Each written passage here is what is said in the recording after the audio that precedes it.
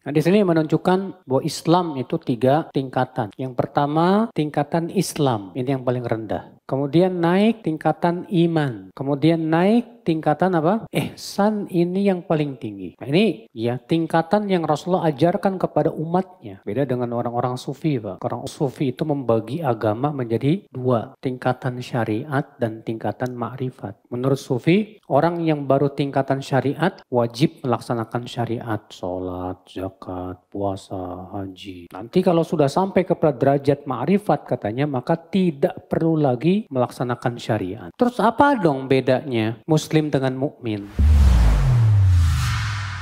2 telapak tangannya di atas 2 fakhidaihi, pahanya. Lalu ia berkata, ya Muhammad, akhbirni anil Islam, kabarkan kepadaku tentang Islam. Maka Rasulullah SAW bersabda, Islam itu kamu bersyahadat la ilaha illallah Muhammadur Rasulullah, mendirikan sholat, membayar zakat, puasa Ramadan, dan haji ke Baitullah jika kamu mampu. Ia berkata, kamu benar. Umar berkata, kami merasa heran kepadanya. Karena dia yang bertanya, dia juga yang membenarkan. Ia berkata, kabarkan kepadaku tentang iman. Maka Rasulullah SAW sabda itu, kamu beriman kepada Allah, malaikatnya, kitab-kitabnya, para rasulnya, dan hari akhirat. Dan kamu beriman kepada takdir yang baik maupun yang buruk. Ia berkata, benar, kamu benar. Ia berkata, kabarkan kepadaku tentang ihsan. Ia berkata, yaitu kamu beribadah kepada Allah seakan-akan kamu melihatnya. Dan jika kamu tidak melihatnya, maka sesungguhnya dia melihatmu. Ia berkata, kabarkan kepadaku tentang hari kiamat. Maka Rasulullah bersabda, yang ditanya tidak lebih tahu dari yang bertanya. Ia berkata, kabarkan kepadaku tentang tanda-tandanya.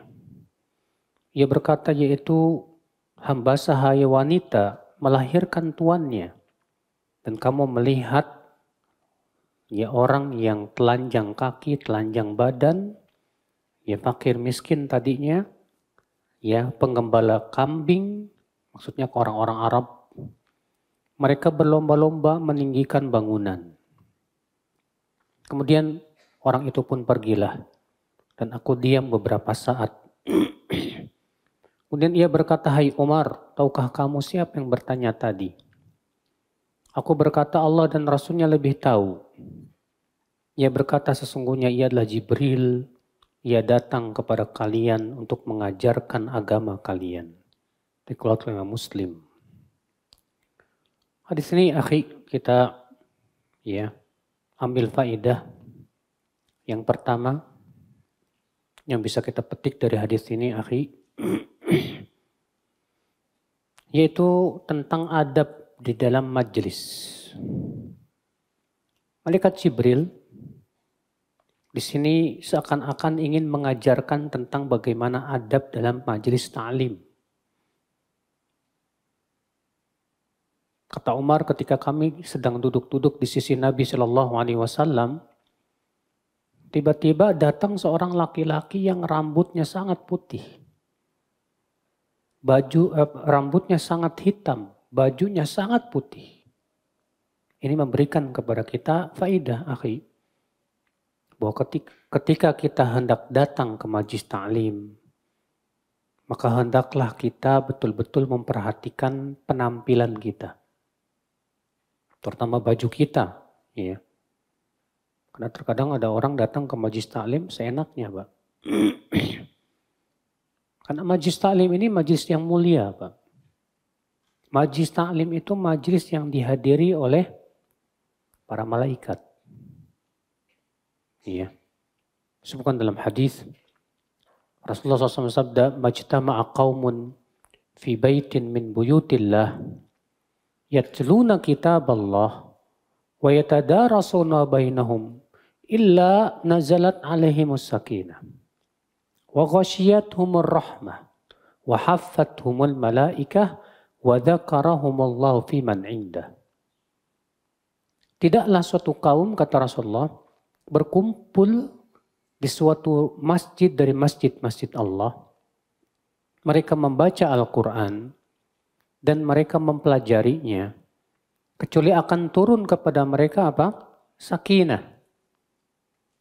Dan akan dilingkupi oleh rahmat. Dan dikelilingi oleh malaikat. Masya Allah. Dan Allah akan menyebutkan mereka di hadapan para malaikatnya sambil dibangga-banggakan. Bayangkan. Majelis ta'lim, ya akhi. Majelis yang dihadiri oleh para malaikat. Sampai-sampai Rasul mengatakan, innal malaikah la tada'u ajnihataha li talibil ilmi ridan bima yatlub. Sesungguhnya malaikat itu merendahkan sayap-sayap mereka untuk para penuntut ilmu. Kenapa? Karena mereka ridho terhadap apa yang mereka cari. Maka akhi, ini majelis yang sangat mulia akhi.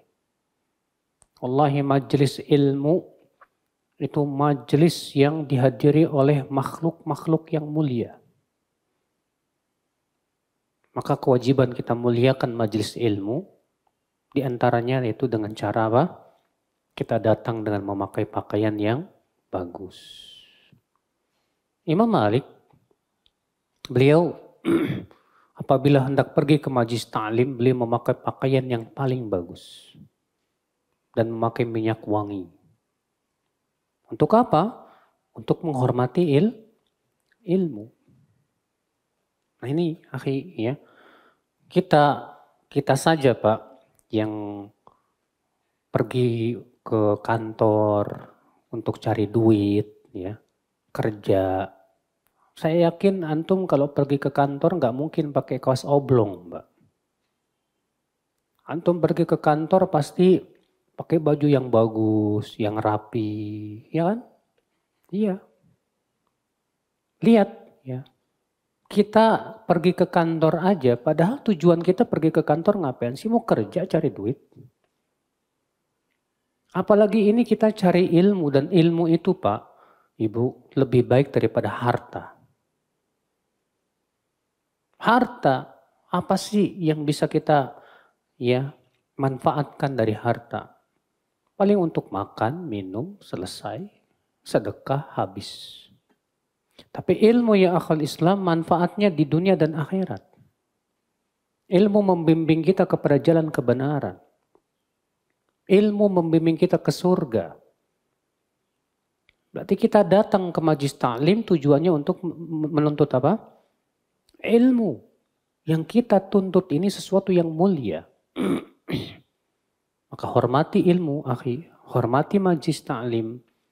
Dengan kita tadi ya. Lihat malaikat Jibril ya di sini memperlihatkan sebuah adab yang rafi yang sangat agung dan tinggi. Kata Umar, tiba-tiba muncul seorang laki-laki yang rambutnya sangat hitam, pakaiannya sangat putih, masya Allah. Iya. Kemudian adab selanjutnya yang diajarkan oleh malaikat Jibril di sini apa Pak? Maka kemudian malaikat Jibril pun duduklah di depan.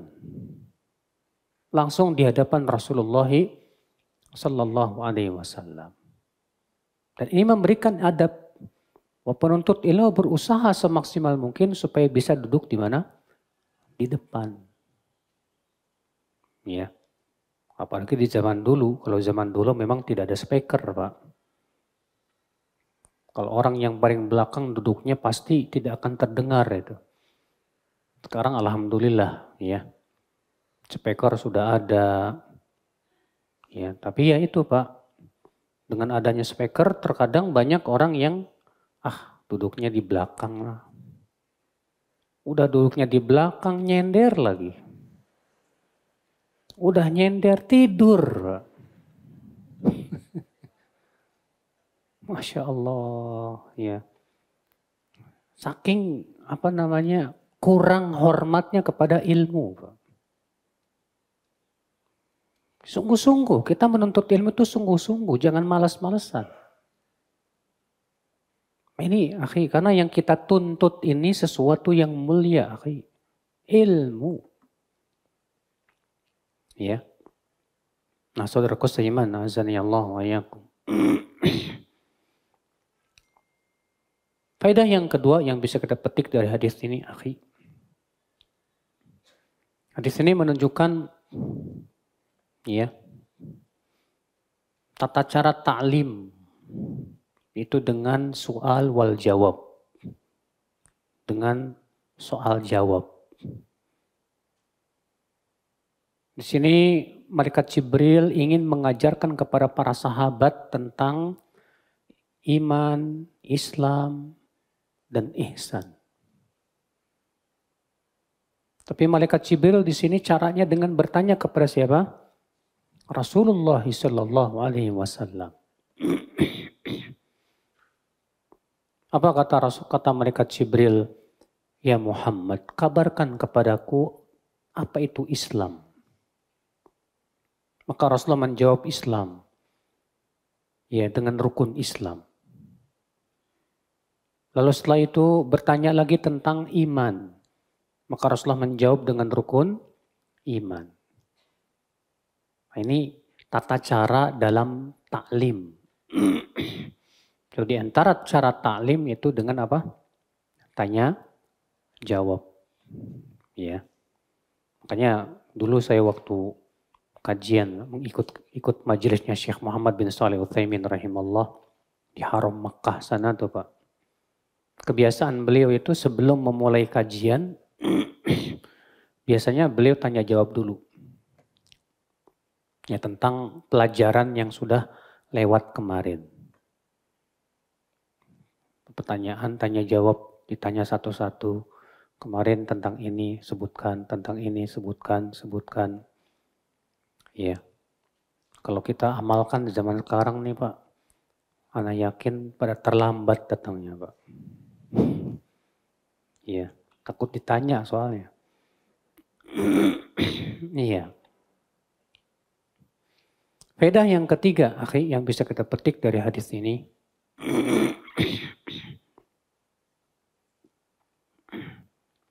Hadis ini menunjukkan bahwa Islam itu 3 tingkatan. Islam ada berapa tingkatan? 3. Yang pertama, tingkatan Islam. Ini yang paling rendah. Kemudian naik tingkatan iman. Kemudian naik tingkatan apa? Ihsan, ini yang paling tinggi. Nah ini ya tingkatan yang Rasulullah ajarkan kepada umatnya. Jadi Islam ada 3 tingkatan. Apa saja Mas? Yang pertama Islam, naik iman, kemudian ihsan. Beda dengan orang-orang sufi Pak. Orang sufi itu membagi agama menjadi 2. Tingkatan syariat dan tingkatan ma'rifat. Menurut sufi, orang yang baru tingkatan syariat wajib melaksanakan syariat, sholat, zakat, puasa, haji. Nanti kalau sudah sampai kepada derajat ma'rifat katanya, maka tidak perlu lagi melaksanakan syariat. Makanya orang sufi punya keyakinan ya, orang kalau sudah sampai derajat wali, nggak perlu sholat lagi. Ya. Nggak perlu lagi terikat dengan syariat. Ini keyakinan orang sufi, Pak. Bahkan di antara mereka punya keyakinan wali itu kalau minum arak gitu, baru sampai kerongkongan udah jadi air, Pak. Iya, beda wali itu katanya. Makanya tidak aneh, Pak. Dalam pesantren-pesantren sufi itu kita sering mendengar kiainya mencabuli anak ya, santriwatinya. Karena bagi mereka wali itu tidak perlu terikat dengan syariat.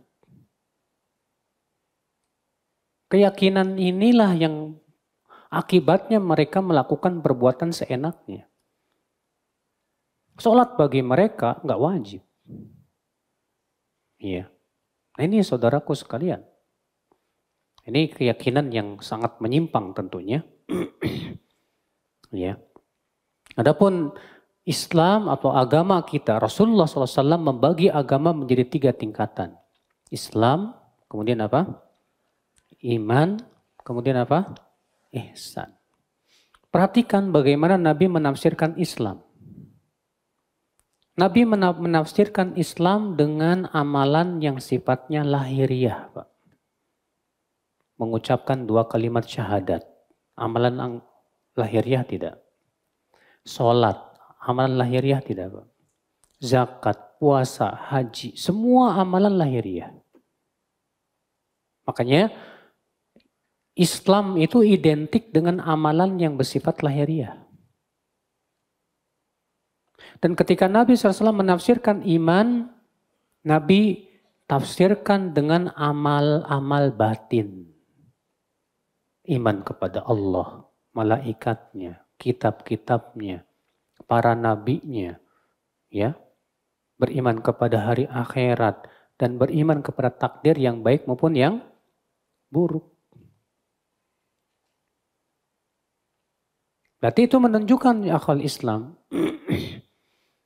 bahwa Islam itu identik dengan perkara-perkara yang terlihat. Maka siapapun yang memperlihatkan Islam, dia dihukumi Muslim. Kalau ada orang yang memperlihatkan 2 kalimat syahadat, dia sholat, dia zakat, dia puasa, dia haji, kita katakan dia apa? Muslim. Tapi apakah bisa kita katakan dia mukmin? Dengan artian mukmin secara sempurna? Jawab belum bisa. Allah berfirman dalam surat Al-Hujurat ayat 12. Qalatil a'rabu amanna qul lam tu'minu walakin qulu aslamna. Berkata orang Arab Baduy itu, kami beriman, katakan kalian belum iman. Tapi katakan kami Islam. Lihat, ketika orang Arab Baduy mengatakan kami beriman, Allah mengatakan apa? Katakan kalian belum iman, tapi katakan kami Islam. Ya. Apakah berarti orang Islam tidak beriman kepada Allah, malaikatnya, kitab-kitabnya, para nabinya? Beriman, Pak. Sebab kalau dia tidak beriman kepada Allah, bukan Muslim namanya. Kalau dia tidak beriman kepada malaikat, tidak beriman kepada kitab-kitab, bukan Muslim namanya. Terus apa dong bedanya Muslim dengan mukmin? Bukankah Muslim juga beriman kepada rukun iman? Betul. Mukmin yang beriman dengan rukun iman juga? Betul. Terus apa bedanya antara Muslim dan mukmin? Imam Ahmad bin Hanbal membedakan antara Muslim dan mukmin. Kata beliau, Muslim itu huwallazi yartaqibul kabirah. Muslim itu adalah orang yang masih jatuh kepada dosa-dosa besar. Muslim itu masih suka berbuat dosa seperti ghibah, ya. Suka jatuh kepada zina atau minum arak atau makan riba. Maka pelakunya disebut apa? Muslim. Bisa disebut mukmin? Bisa, tapi mukmin yang fasik kata para ulama. Bisa disebut mukmin tapi dengan catatan dia mukmin yang fasik. Tidak bisa dikatakan dia mukmin yang sempurna. Kapan seseorang naik kepada derajat mukmin? Seseorang naik kepada derajat mukmin apabila ia melaksanakan kewajiban-kewajiban dan menjauhi larangan-larangan. Dan menjauhi apa? Larangan dan keharaman. Maka ketika dia melaksanakan semua yang Allah wajibkan berupa sholat, zakat, puasa, haji, umroh, berbakti kepada orang tua, menyambung silaturahim dan yang lainnya. Maka dan ia pun meninggalkan yang haram, dia tinggalkan zina, minum arak, berjudi dan yang lainnya. Maka pelakunya disebut mukmin. Memang sama-sama beriman kepada Allah, sama-sama beriman kepada malaikat, tapi kualitas imannya beda. Kalau muslim, keimanannya tidak kuat dan tidak mencegah dia berbuat maksiat.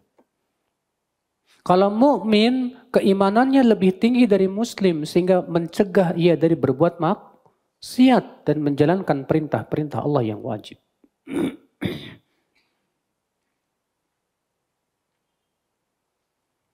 Kemudian apa dong bedanya dengan muhsin? Ini tingkatan yang paling apa? Tinggi, Pak. Maka muhsin, kata para ulama, bukan sebatas yang wajib dia lakukan, Pak, tapi lebih dari yang wajib. Lebih dari yang wajib dia. Muslim mencintai Allah, mencintai Allah. Mukmin mencintai Allah, mencintai Allah. Muhsin mencintai Allah, mencintai Allah. Tapi derajat cintanya kepada Allah berbeda. Muslim cintanya kepada Allah lemah. Karena lemahnya itulah yang menyebabkan dia tidak kuat untuk menjalankan perintah atau menjauhi apa?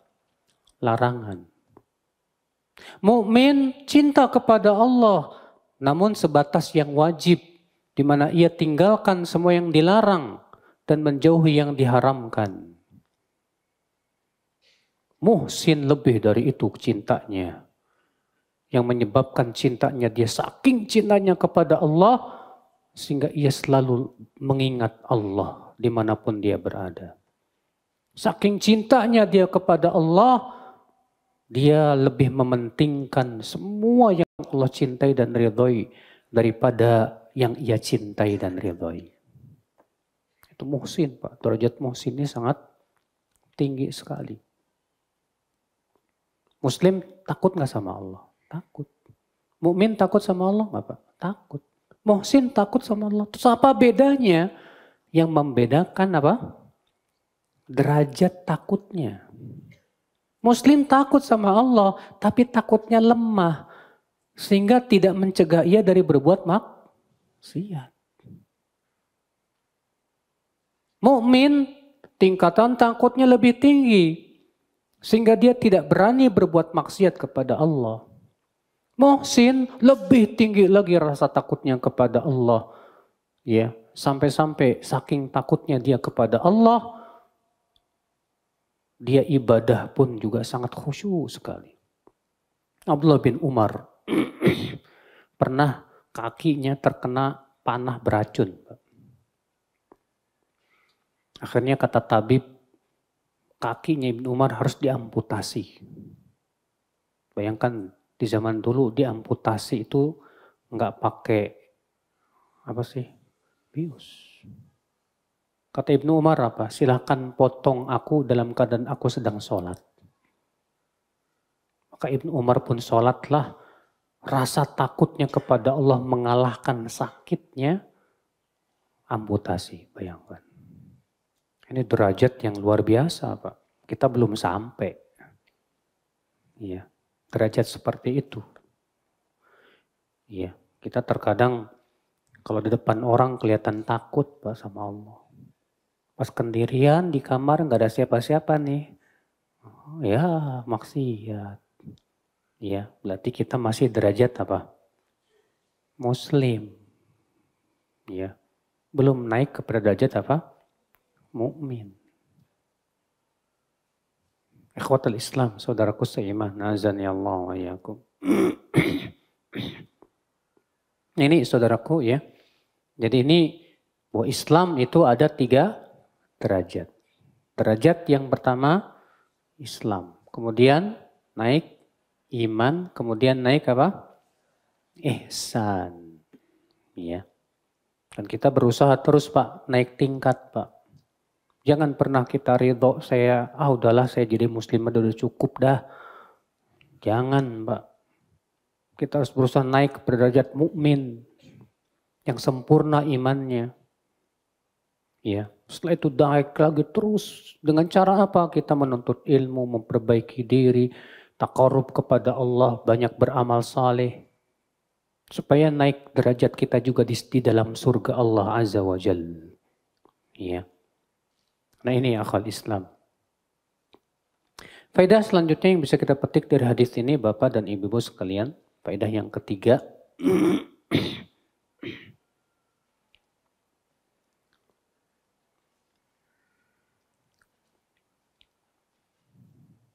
Hadis ini menunjukkan akal Islam ya, tentang pokok-pokok agama.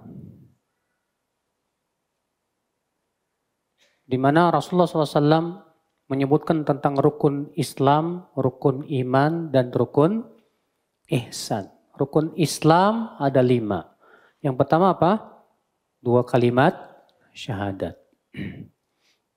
Dan ini yang paling pokok. Apabila kehilangan 2 kalimat syahadat, maka tidak diterima. Dia bukan muslim, Pak. Kalau dia jatuh kepada kesyirikan, seperti berbuat syirik besar, maka ini bisa mengeluarkan dia dari Islam. Ya.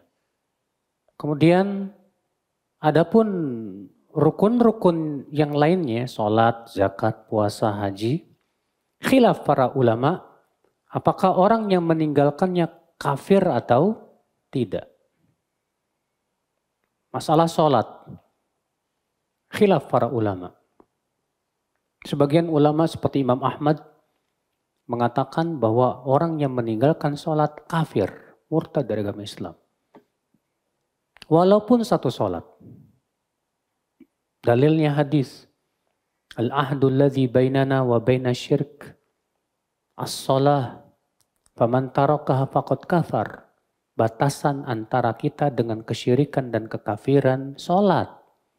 Maka siapa yang meninggalkan sholat, maka ia telah apa? Kafir.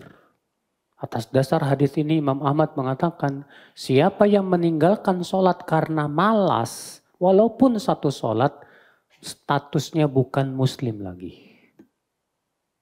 Ini pendapat Imam Ahmad. Kalau imam yang 3, itu Imam Malik, Imam Syafi'i, Imam Abu Hanifah, berpendapat orang yang meninggalkan sholat karena malas belum dikafirkan.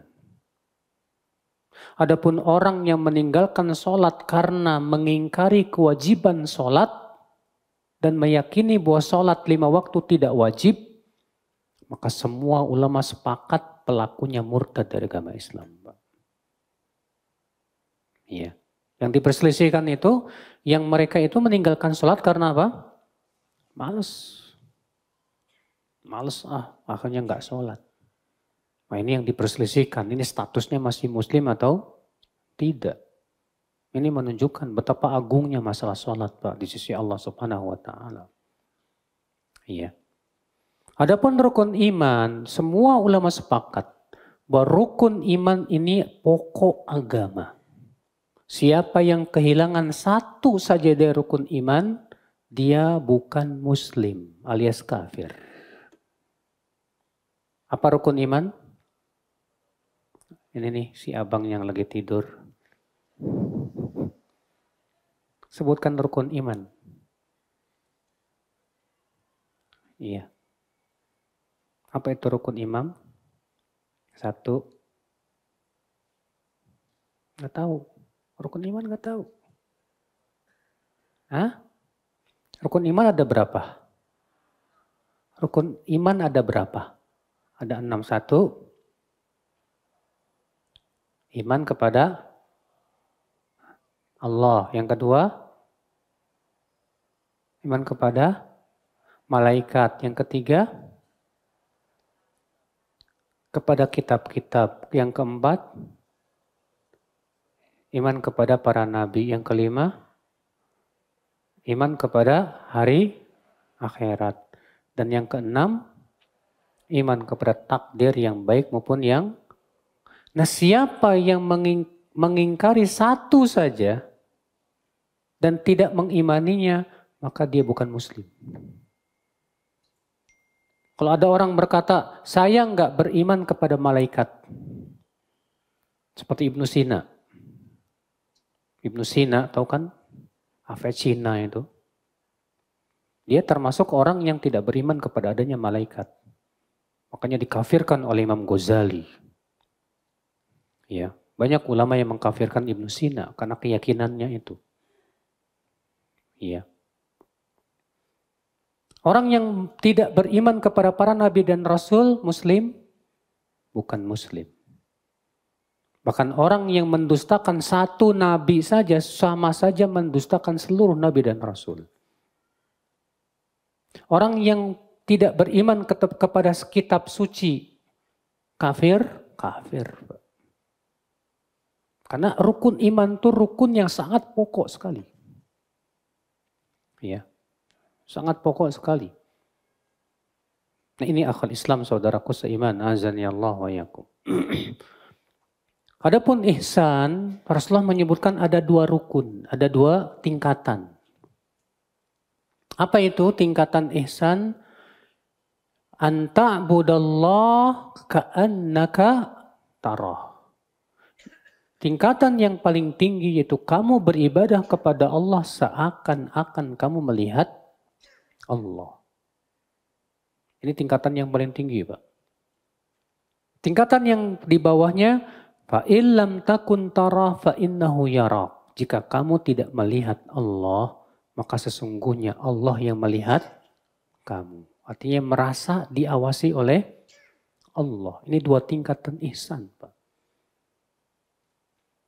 Ihsan tingkatan yang pertama yaitu kamu beribadah kepada Allah seakan-akan melihat Allah. Ini kata para ulama tingkatan orang yang diberikan ilmu yang sangat dalam terhadap Allah. Saking dalamnya ilmu dia tentang Allah, maka ia beribadah kepada Allah seakan-akan melihat Allah subhanahu wa ta'ala. Seperti saya ngomong begini, Pak. Saya akan jelaskan kepada bapak-bapak fisik Rasulullah seakan-akan bapak melihat Rasulullah. Seakan-akan melihat, saking jelasnya, saking berilmunya, seakan-akan melihatnya, Pak. Demikian pula orang-orang yang berilmu tentang Allah, tentang nama dan sifat-sifatnya, ya, tentang perbuatannya. Itu ketika ia beribadah kepada Allah seakan-akan ia melihat Allah. Maka ini derajat yang sangat tinggi dari ihsan akhul Islam. Dia ketika sholatnya khusyuk, Masya Allah. Ya, seperti yang kita ceritakan tadi tentang Abdullah bin Umar. Di zaman Rasulullah SAW ada seorang laki-laki yang sedang tahajud sambil menjaga di tapal batas. Tiba-tiba ada panah nancap di mana? Di punggungnya. Ternyata ia tidak mau membatalkan sholatnya. Dia sudah asyik dengan sholatnya. Menancap lagi panah yang kedua, yang ketiga. Ketika ia tidak kuat lagi, ia roboh. Baru ia bangunkan temannya. Subhanallah ya akal Islam. Derajat orang yang sangat tinggi. Keimanannya kepada Allah Azza wa Jalla. Ya. Kalau ternyata yang kedua, yang pertama ini tidak bisa, kata Rasulullah, maka setidaknya yang kedua. Apa itu? Itu merasa diawasi oleh Allah. Di mana saja. Ketika kita sedang sendirian, kita merasa yakin Allah melihat kita, Pak. Sehingga pada waktu itu kita takut, gak berani. Mau melihat video porno sendirian, takut. Mau melihat, mau chattingan sama akhwat yang bukan mahram, takut saya. Allah tahu. Emang manusia gak ada yang tahu, tapi kan Allah tahu. Bagaimana kalau Allah adab saya pas saya sedang berbuat maksiat? Saya takut ini. Ini orang merasa diawasi oleh Allah, Masya Allah. Berarti ini orang yang sudah sampai ke derajat apa? Ihsan. Ikhwatul Islam. Kemudian kita ambil faedah selanjutnya ya akhi. Faedah selanjutnya yang bisa kita petik dari hadis ini. Itu isbat alamatis sa'ah. Itu adanya tanda-tanda hari kiamat, Pak. Di mana Rasulullah SAW ditanya oleh malaikat Jibril, kapan hari kiamat tiba? Apa kata Rasulullah SAW? Allah yang ditanya dan yang ditanya sama-sama tidak tahu. Berarti Pak, tidak ada yang mengetahui kapan hari kiamat kecuali Allah. Maka siapa yang punya keyakinan hari kiamat akan terjadi di tahun 1500, ya, maka dia merasa lebih pintar dari Jibril dan Nabi Muhammad SAW. Rasulullah aja mengatakan begitu. Yang ditanya dan yang bertanya sama-sama tidak tahu. Malaikat Jibril nggak tahu, Rasulullah tidak tahu. Tiba-tiba ada orang yang mengklaim hari kiamat akan terjadi tahun sekian-sekian. Masya Allah. Ini jelas saudaraku sekalian, azan ya Allah, rajmam bil ghaib. Mengaku-ngaku tahu yang gaib. Padahal Allah sudah tegaskan di Al-Quran bahwa ilmu tentang kapan hari kiamat itu adalah ilmu yang hanya Allah bersendirian dengannya. Rasulullah hanya memberitahu kepada kita bahwa hari kiamat terjadi pada hari Jumat. Tapi Jumat yang mana kita nggak tahu. Namun Rasulullah SAW menyebutkan kepada kita Pak tentang tanda-tanda hari kiamat Pak. Para ulama ya membagi tanda hari kiamat menjadi dua. Yang pertama yaitu tanda hari kiamat kecil. Yang pertama tanda hari kiamat kecil. Dan yang kedua yaitu tanda hari kiamat besar. Dan tanda hari kiamat kecil dibagi lagi menjadi 3. Yang pertama, yaitu tanda hari kiamat yang sudah terjadi dan tidak akan terjadi. Iya. Kemudian yang kedua, tanda hari kiamat yang sedang terjadi. Kemudian yang ketiga, tanda hari kiamat kecil yang belum terjadi. Ya. Tanda hari kiamat yang sudah terjadi dan tidak akan terjadi lagi. Apa contohnya, akhi? Yang Rasulullah kabarkan dalam hadis, "U'dud sittan baina yaday sa'ah." Hitunglah 6 ya sebelum terjadinya hari kiamat. Yang pertama kata Rasulullah SAW, mauti, kematianku.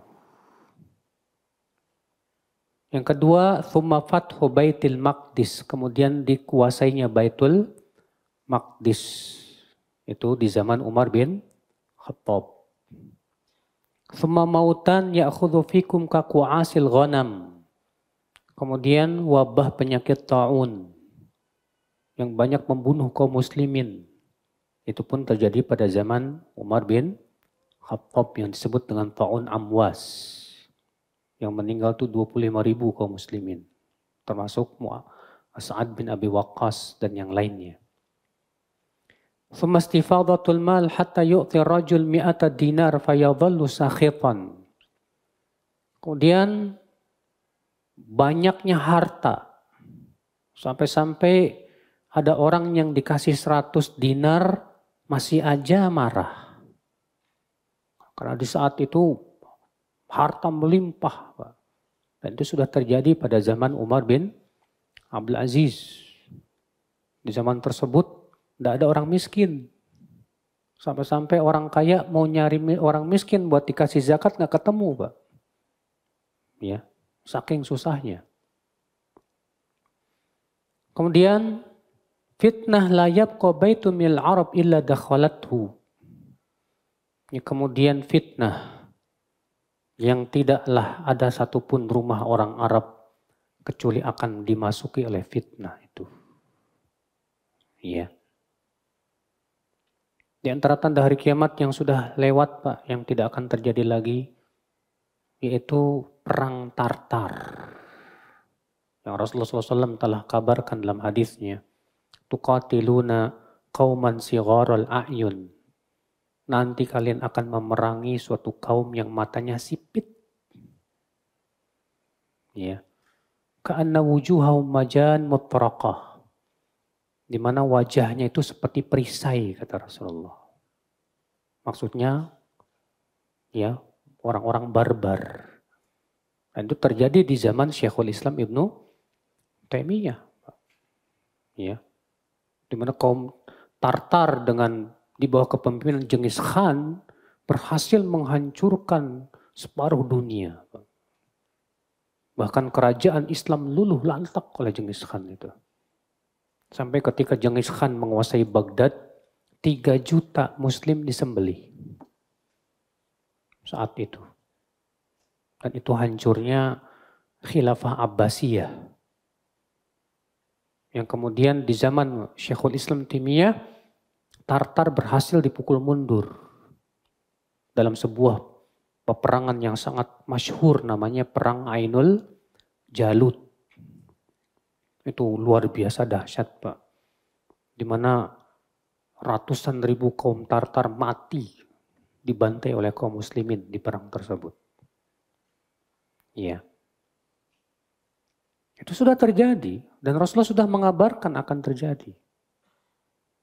Rasulullah juga mengabarkan akan munculnya api yang sangat besar di negeri Hijaz.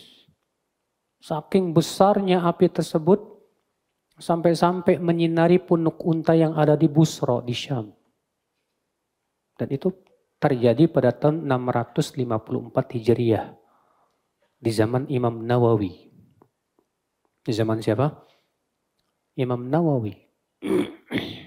Dan dikisahkan juga oleh Ibnu Katsir dalam tafsirnya, dalam kitab Al-Bidayah wan Nihayah.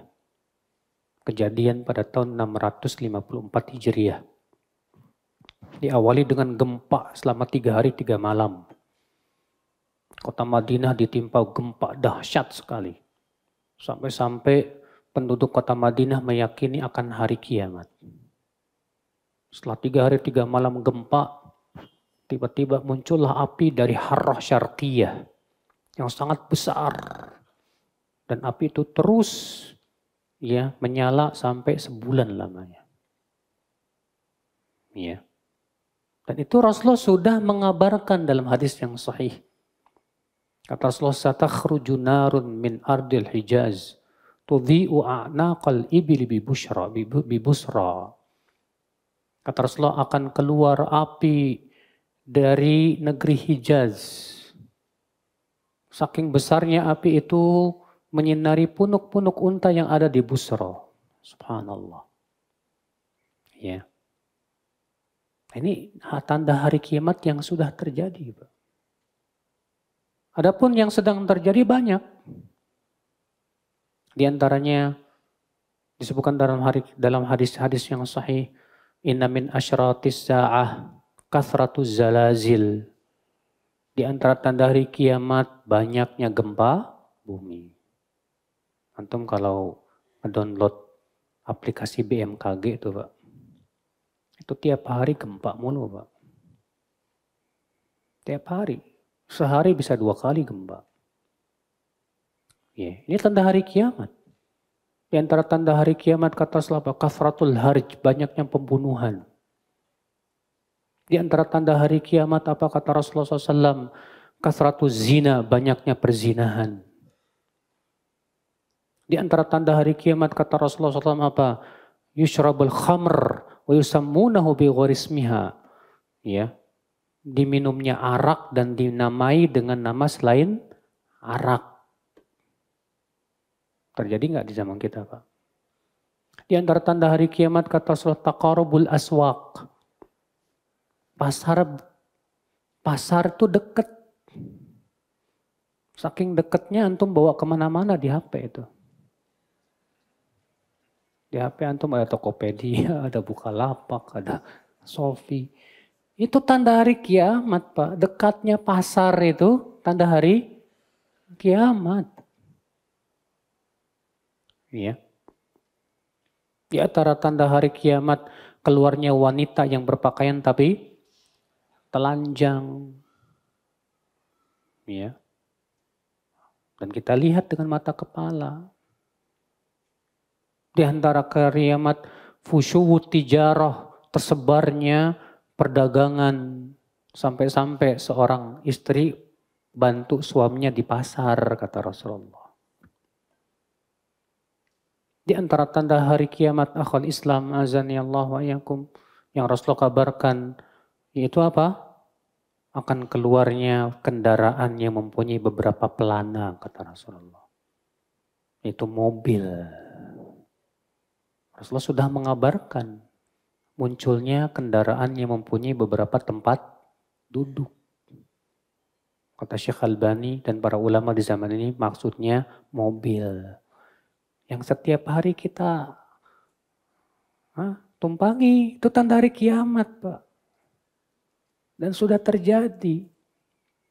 Dikabarkan oleh Rasulullah SAW. Ya. Di antara tanda hari kiamat kata apa? Banyaknya polisi-polisi yang zolim. Ya. Di antara tanda hari kiamat akhwal Islam azani Allah, banyaknya suap menyuap. Sampai hukum itu bisa dijual belikan. Itu sudah Rasulullah kabarkan Pak dalam hadis-hadisnya. Dan kita melihat semua terjadi. Dan itu membuktikan bahwa Nabi Muhammad memang benar Nabi. Sebab semua yang Rasulullah kabarkan terjadi nggak Pak? Terjadi. Wallahi terjadi. Persis seperti yang Rasulullah kabarkan kepada kita Pak. Ya. Kemudian tanda hari kiamat kecil yang belum terjadi. Contohnya apa? Contohnya kata Rasulullah nanti jumlah laki-laki dibandingkan wanita 1:50. Ya. Jadi 50 wanita diurus 1 laki-laki kata Rasulullah. Jadi di zaman itu laki-laki makhluk yang jarang. Ya. Khilaf para ulama kenapa? Sebagian mengatakan karena terjadinya peperangan. Sehingga banyak laki-laki yang meninggal dunia. Sebagian mengatakan banyaknya kelahiran wanita. Dan sedikitnya kelahiran laki-laki. Ya Allah wa'alam. Yang jelas itu belum terjadi memang Pak. Di antara tanda hari kiamat yang belum terjadi apa lagi? Kharabul Madinah. Madinah akan kosong melompong. Ditinggalkan orang-orangnya. Ya. Di antara tanda hari kiamat lagi apa? Yaitu perang antara kaum muslimin dengan Banul Asfar. Orang-orang Romawi. Ya. Di mana tadinya kaum muslimin damai dulu dengan orang Romawi untuk menghadapi sebuah kekuatan gak disebutkan oleh Rasulullah SAW apa itu. Di zaman sekarang tafsirin katanya Soviet lah apalah ini gak benar. Ya. Kemudian setelah menang, kemudian orang-orang Romawi membatalkan perdamaian. Sehingga terjadilah perang, kemudian dikuasailah Konstantinopel. Konstantinopel yaitu Iskandaria. Ya, yang ada di Turki. Itu menunjukkan bahwa Turki nanti akan jatuh kepada orang kafir. Dan kemudian akan dikuasai oleh kaum muslimin kembali. Dan disebutkan dalam hadis-hadis itu, bahwa yang akan menguasai Konstantinopel itu dari orang-orang Romawi sendiri. Dari Banu Ishak yang masuk Islam. Dan mereka akan menguasai Konstantinopel tanpa senjata, kata Rasulullah. Di mana mereka senjatanya dengan takbir. Sekali takbir runtuh sebelah sini. Takbir runtuh lagi sebelah sini. Sampai kemudian dikuasai Konstantinopel itu. Ketika hendak diambil ghanimah, tiba-tiba terdengar berita Dajjal keluar. Akhirnya nggak jadi mereka ngambil, Pak. Masing-masing menyelamatkan diri. Iya. Di antara tanda hari kiamat kecil yang belum terjadi apa? Munculnya 3 tahun yang sangat kering. Kata Rasulullah, inna baina yaday dajjal, ya, di hadapan Dajjal, sebelum munculnya Dajjal, akan ada 3 tahun yang sangat kering, kata Rasulullah. Tahun pertama, Allah menahan setengah air hujan. Tahun yang kedua, Allah menahan 2/3 air hujan. Dan tahun yang ketiga, Allah menahan hujan sama sekali. Dan saat itu tidak ada makanan. Dan makanan kaum mukminin yaitu ucapan subhanallah, alhamdulillah, la ilaha illallah, Allahu akbar. Bayangkan. Iya, itu akan terjadi, Pak. Kalau tanda-tanda hari kiamat yang sudah terjadi kita lihat, maka yang belum terjadi pasti akan terjadi. Ya, kapan hanya Allah yang Maha tahu. Ini tanda hari kiamat, akhwat Islam. Di antara tanda hari kiamat akan ada pasukan yang memerangi Ka'bah. Kata Rasulullah, yaqzu jaisunil Ka'bah, fa idza kanu bi baida'a minal ard yukhsafu bi awwalihim wa akhirihim. Akan ada sebuah pasukan yang akan memerangi Ka'bah. Ketika mereka berada di sebuah tanah yang lapang, Allah tenggelamkan mereka semuanya dari awal sampai akhir. Itu belum terjadi. Iya. Ini tanda hari kiamat kecil, Pak. Kemudian masuk tanda hari kiamat apa? Besar. Tanda hari kiamat besar diawali dengan apa? Imam Mahdi. Keluarnya Imam Mahdi. Di mana beliau namanya Muhammad bin Al-Hasan. Dari keturunan Muhammad bin Abdillah, maaf.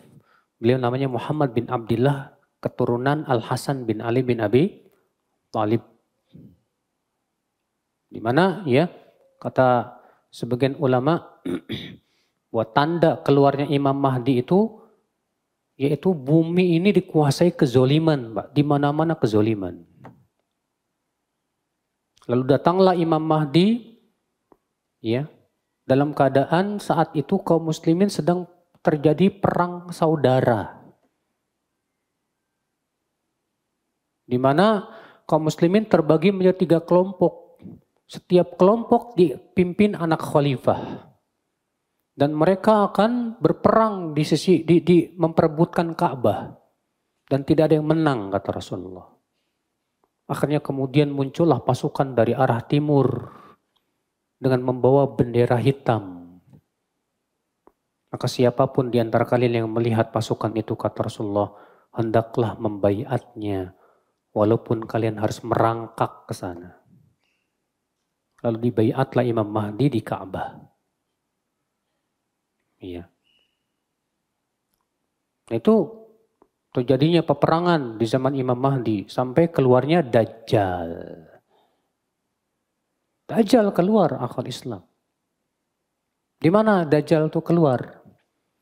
Dajjal itu keluar di sebuah tempat yang bernama Yahuda, di Khurasan. Dan perlu antum ketahui, Dajjal itu sudah ada di zaman Rasulullah SAW. Ada seorang sahabat yang bernama Tamim bin Aus Ad-Dari yang pernah ketemu Dajjal. Hadisnya ada dalam Sahih Muslim, Pak.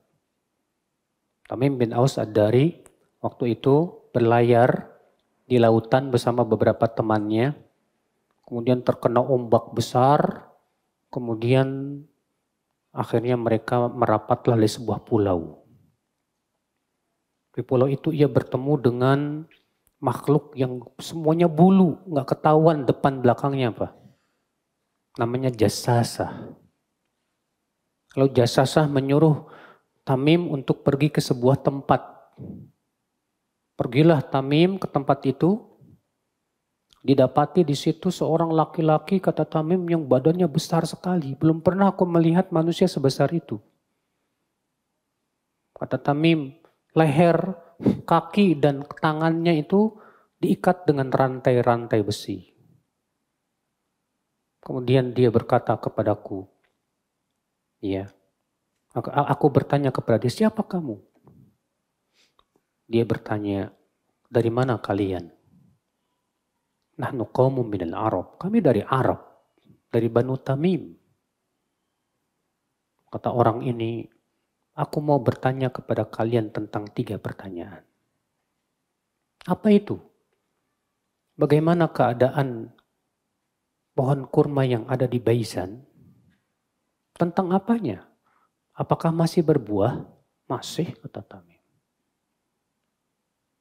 Bagaimana dengan mata air yang bernama Zuhor? Tentang apanya? Apakah masih banyak airnya? Masih, kata Tamim. Bagaimana dengan danau Tobariyah atau Tiberias? Maka apakah masih banyak airnya? Masih, kata Tamim. Kelak pohon kurma di Baisan tidak akan berbuah. Mata air Zuhor akan habis. Dan air di danau Tobariyah akan kering. Di saat itu aku akan keluar. Sesungguhnya aku adalah Dajjal. Pergilah Tamim, pulang ke ya. Lalu kemudian langsung menuju kota Madinah dan menceritakan hal itu kepada Rasulullah sallallahu alaihi wasallam. Maka Rasulullah pun membenarkan. Namun Tamim dijadikan oleh Allah lupa di mana itu. Antum kalau cari pakai Google Map, pakai ini nggak ketemu, Pak. Jangankan Dajjal ya. Ya'juj dan Ma'juj yang sangat banyak aja. Nggak ketahuan di mana tempatnya, Pak. Hanya Allah yang maha tahu. Iya. Nah, Dajjal akan keluar nanti. Ya. Di Khurasan. Khurasan itu bagian dari Iran dan Israel. Ya. Diikuti kata Rasulullah oleh 70.000 pasukan Yahudi. Dan itu di Khurasan, di Asfahan. Ya, tepatnya di sebuah kampung yang bernama Yahuda tadi. Diikuti oleh 70.000 pasukan Yahudi, Pak. Dan Dajjal ini, Pak, fitnahnya ngeri, Pak. Fitnahnya dahsyat sekali, Pak. Dajjal bisa menyuruh awan untuk hujan-hujan. Dajjal bisa menyuruh tanah kering kerontang kering.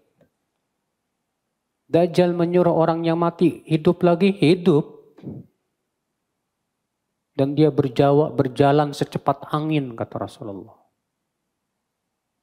Tidak ada satupun tempat kecuali akan didatangi oleh Dajjal. Ya. Semua Nabi dan Rasul, kata Rasulullah, memperingatkan umatnya dari bahaya Dajjal. Karena memang dahsyat, Pak. Di zaman sekarang aja banyak orang yang mudah terfitnah, Pak, sama dukun. Melihat pakai sorban, ya bisa nggak mempan dibacok, wah wali gitu kan. Iya, gimana ngelihat Dajjal nanti? Dajjal tuh dahsyat fitnahnya, Pak.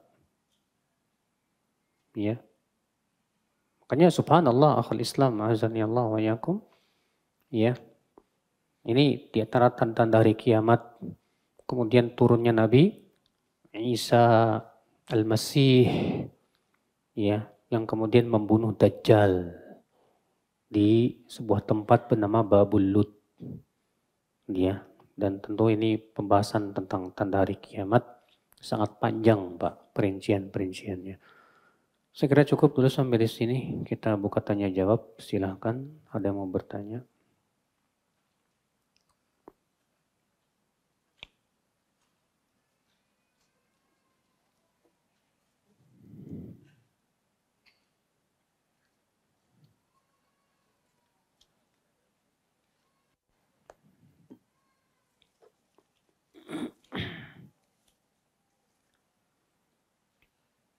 Suami saya sudah sepuh, nggak bisa bekerja lagi cari nafkah, dan pensiun pun nggak punya. Keperluan sehari-hari kami Allah titipkan lewat anak, alhamdulillah Ustadz. Dalam kondisi seperti ini suami nikah lagi.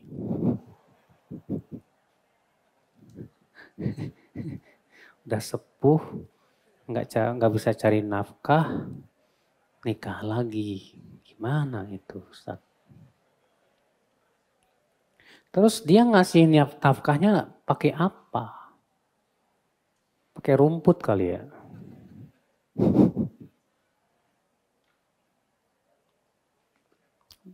Bolehkah ana minta pisah?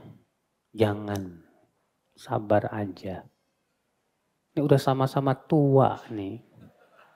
Istrinya udah tua, suaminya udah tua.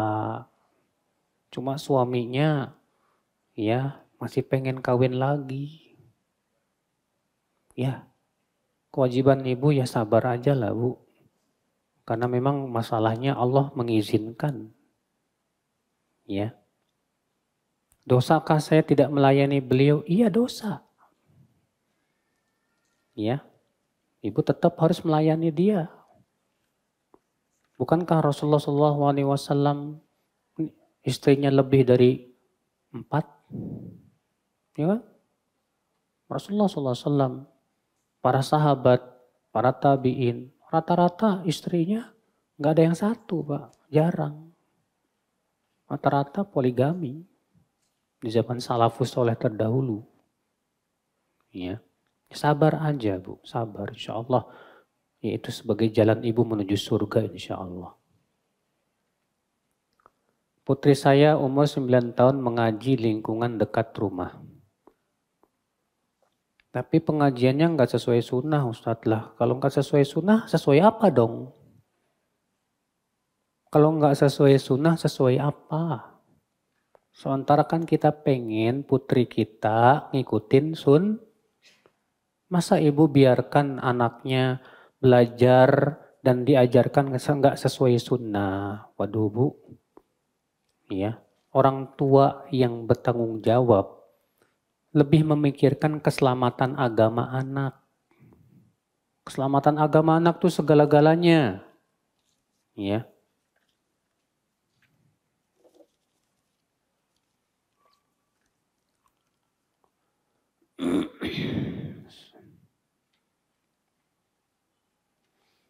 Pertanyaan tentang niat. Sebelum sholat saya dengar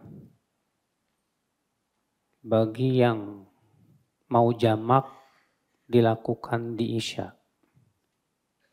Sehingga saya pikir imam sholat hanya akan melakukan sholat maghrib. Kemudian saya sholat berjamaah, sholat maghrib hingga selesai. Kemudian imam ternyata lanjut sholat Isya. Hingga habis Al-Fatihah saya baru mengikuti sholat Isya berjamaah. Apakah sholat Isya saya sah? Mengingat kemarin dibahas tentang niat yang tidak dari awal, Ustaz. Jadi maksudnya gimana ini? Imam niatnya sholat Isya. Ibu niatnya sholat apa? Maghrib gitu Bu. Ya. Kemudian pas rakaat yang ketiga, kan imam kalau sholat Isya berarti kan langsung apa? Langsung bangkit dong. Maka bagaimana keadaannya kalau imamnya sholat Isya sementara ibu niatnya sholat apa? Maghrib. Ya. Misalnya karena ibu terlambat lah, dimana misalnya atau si imamnya ini menjamak 2 sholat maghrib dan sholat apa? Isya, kemudian ibu terlambat misalnya. Jadi ibu sholatnya maghrib, sedangkan imam sholat apa? Isya. Maka kalau misalnya imamnya sholat isya, sementara kita sholat maghrib, caranya bagaimana?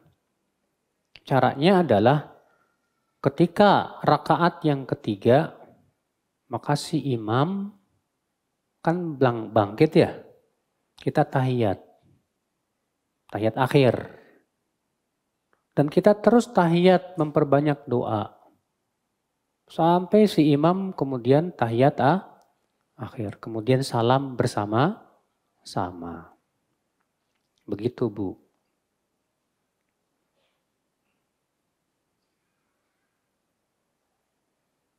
Nah ini si ibu ini tampaknya imam lanjut sholat isya. Berarti imam langsung naik kan? Ibu langsung tahiyat. Kemudian ibu salam. Kemudian ibu langsung ngikut lagi 1 rakaat. Ya, enggak. Tidak bisa. Ya, kenapa? Karena ya itu masih 1 sholat buat si imam. Dan ibu tadi sudah ngikutin. Maka kalau ibu mau melakukan sholat isya, jangan lagi ikut dengan apa? Imam. Ya. Jangan lagi ikut dengan imam.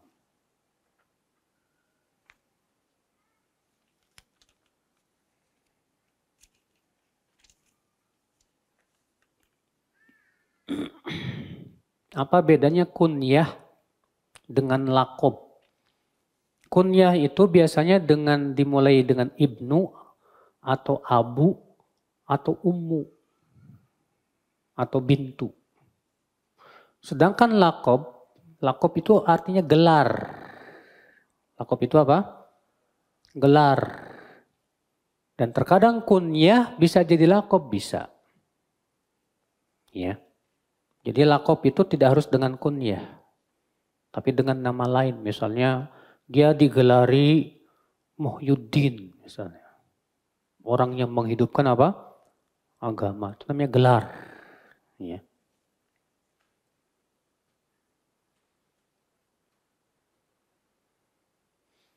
Bagaimana hukumnya orang yang melihat dan mendiamkan kezaliman yang terjadi? Baik itu karena ketakutan maupun karena ketidakpedulian. Tentu beda antara orang yang takut dan dia tidak mampu untuk mengingkari dengan orang yang tidak mengingkari padahal dia mampu untuk mengingkari. Beda 2 orang ini, Pak. Ya. Adapun yang dia tidak mampu mengingkari dimaafkan. Adapun orang yang mampu mengingkari tapi dia diam, nah ini yang terkena dosa. Ya. Orang yang mampu mengingkari kemudian dia diam disebut oleh para ulama dengan syaitanun akhras. Setan bisu. Ya. Jika kita sedang terburu-buru akan pergi keluar rumah pada sore hari. Bacaan zikir pedang yang mana yang harus kita pilih? Yang paling mudah antum bacalah. Ya. Kan di jalan bisa sambil baca, Pak. Baca ayat kursi di jalan misalnya karena buru-buru ya, mau pergi keluar rumah, sambil jalan sambil baca nggak apa-apa. Sambil bawa mobil sambil baca nggak masalah. Ya. Karena disebutkan dalam hadis adalah Rasulullah SAW berzikir kepada Allah pada setiap keadaan. Karena Rasulullah SAW yadhkurullah ala kulli ahyani.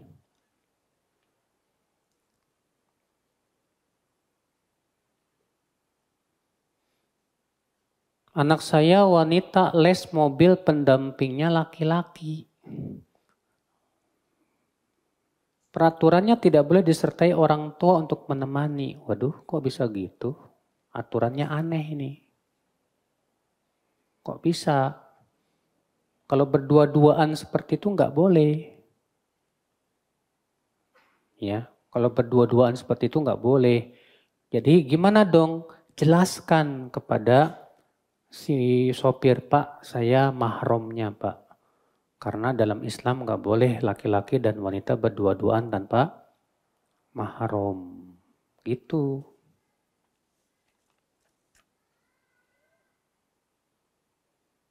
Saya kerap dapat makanan tanpa label halal. Apakah boleh diberikan buat pemulung atau khodam? Makanan seperti apa? Kalau memang makanan seperti hal-hal yang ibu merasa ragu, ini halal apa? Haram. Ya. Maka yang seperti ini, kalau ibu nggak makan nggak masalah, itu bagus termasuk warok. Boleh dikasih pakaian miskin? Boleh, nggak apa-apa. Karena memang pada asalnya makanan itu halal. Ya, pada asalnya makanan itu apa? Halal. Tapi kalau misalnya ibu nggak mau makan karena takut itu haram, karena misalnya keraguan ibu sangat kuat sekali di situ, ya sudah, tinggalkan aja. Ini. Tapi kalau misalnya makanan-makanan yang kita beli dari seorang muslim dan kita tahu dia muslim yang taat, ya maka kita katakan pada asalnya halal, udah. Nggak perlu kita nanya-nanya lagi ya.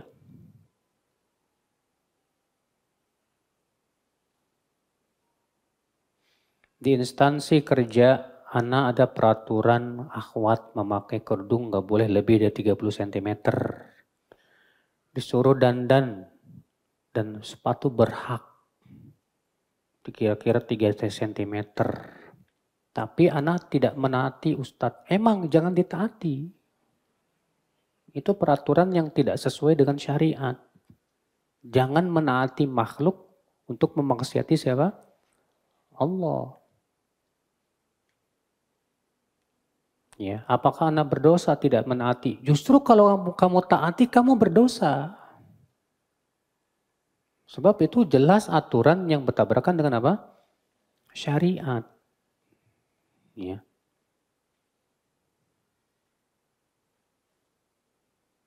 Dan ketika kami disuruh foto untuk keperluan dokumentasi instansi kerja, wajib nama dan lambang instansi terlihat. Kalau ini nggak masalah. Cuma nama doang kok sama lambang instansi, ya. Dan hijab di atas dada, maksudnya kerudung. Kalau kerudung di atas dada segini, selama bajunya tebal, ya, dan tidak membentuk nggak apa-apa.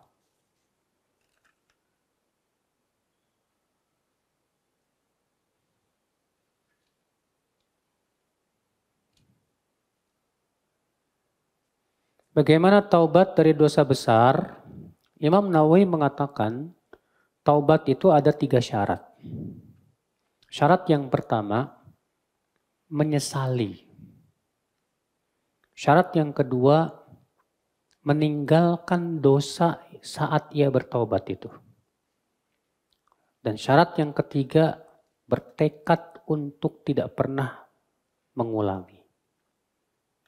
Maka ini 3 syarat yang harus dipenuhi ya dalam taubat. Bagaimana supaya kuat menahan diri dari melakukan dosa-dosa besar tersebut? Tinggalkan sebab-sebabnya. Kalau sebabnya gara-gara HP, udah ya, jual HP-nya. Kalau sebabnya gara-gara lingkungan, pindah ke lingkungan yang bagus. Sebab-sebab, semua sebab-sebab yang yang menyebabkan dia bisa jatuh kepada maksiat, tinggalkan. Ya. Padahal umur sudah lewat, umur 40 tahun. Dan masih aja pemarah, suka mukul. Nah ini kewajiban dia untuk berusaha sekuat tenaga menahan diri. Karena orang yang menahan marah itu Pak, pahalanya besar di sisi Allah.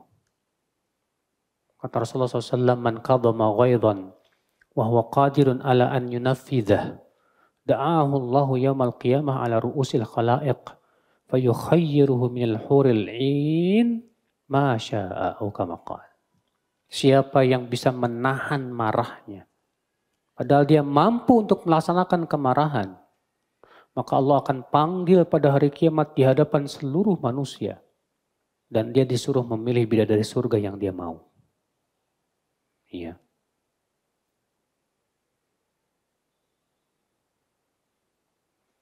Adab taklim tadi Ustadz bilang memperhatikan penampilan dan memakai parfum. Jadi boleh pakai parfum ya, boleh buat laki-laki.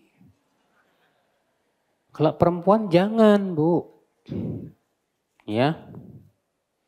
Nanti malah menggoda laki-laki, Ibu.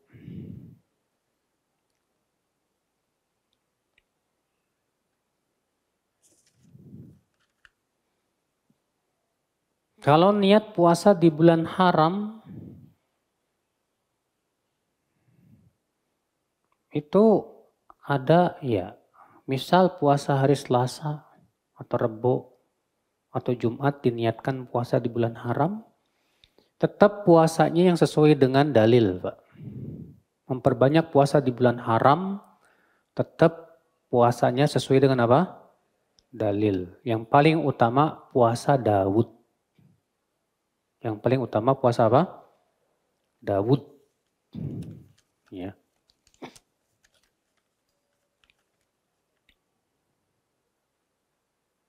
Ustadz, istri saya makin tua, makin cerewet. Curhat. Tapi kalau dekat saya malah suka marah-marah. Mungkin bapak bau kali. Nggak mandi. Jadi kalau dekat sama bapak kok bawanya marah-marah. Ya bapak harusnya mencurigai diri sendiri dong. Kenapa istri saya ini baik? Tapi kalau dekat saya malah marah-marah. Ada apa dengan saya gitu. Ya.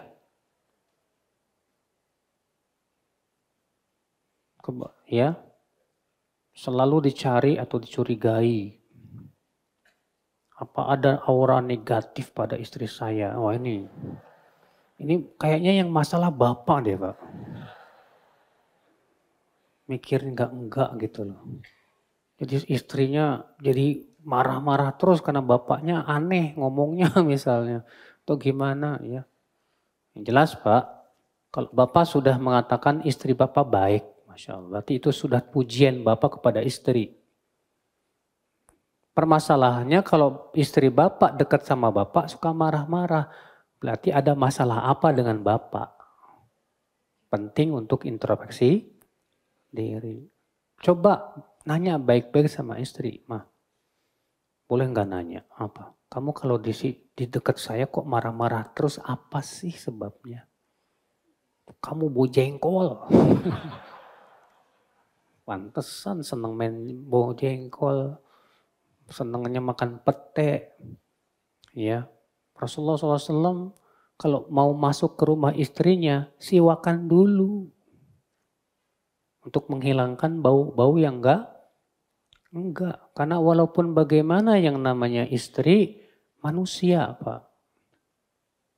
Ya. Mungkin selama ini Bapak karena merasa udah tua, saya enggak ganteng lagi, ngapain juga. Akhirnya Bapak udah enggak peduli, enggak memperhatikan badan yang bau, mulut yang bau, udah. Akhirnya ya istri jadi gitu. Nah ini, makanya penting Pak. Bapak walaupun udah tua, berusahalah untuk tampil ganteng di depan istri. Masa udah pada tua gini, walaupun udah tua. Ya, berusaha untuk menjaga mulutnya jangan sampai bau, badannya dan yang lainnya. Ya. Bahkan saya punya teman dia pelatih fitness, Pak. Dia bilang saya punya murid umurnya 72 tahun, Pak. Dan itu badannya masih tegap dan masih latihan fitness, Pak. Masya Allah. Iya. Walaupun udah tua, 72 tahun, tetap menjaga badannya itu bagus. Gimana enggak istrinya betah tuh. Ya. Nah ini, Allahu alam. Semoga yang saya sampaikan bermanfaat ya. Wabillahi taufik. Assalamualaikum warahmatullahi wabarakatuh.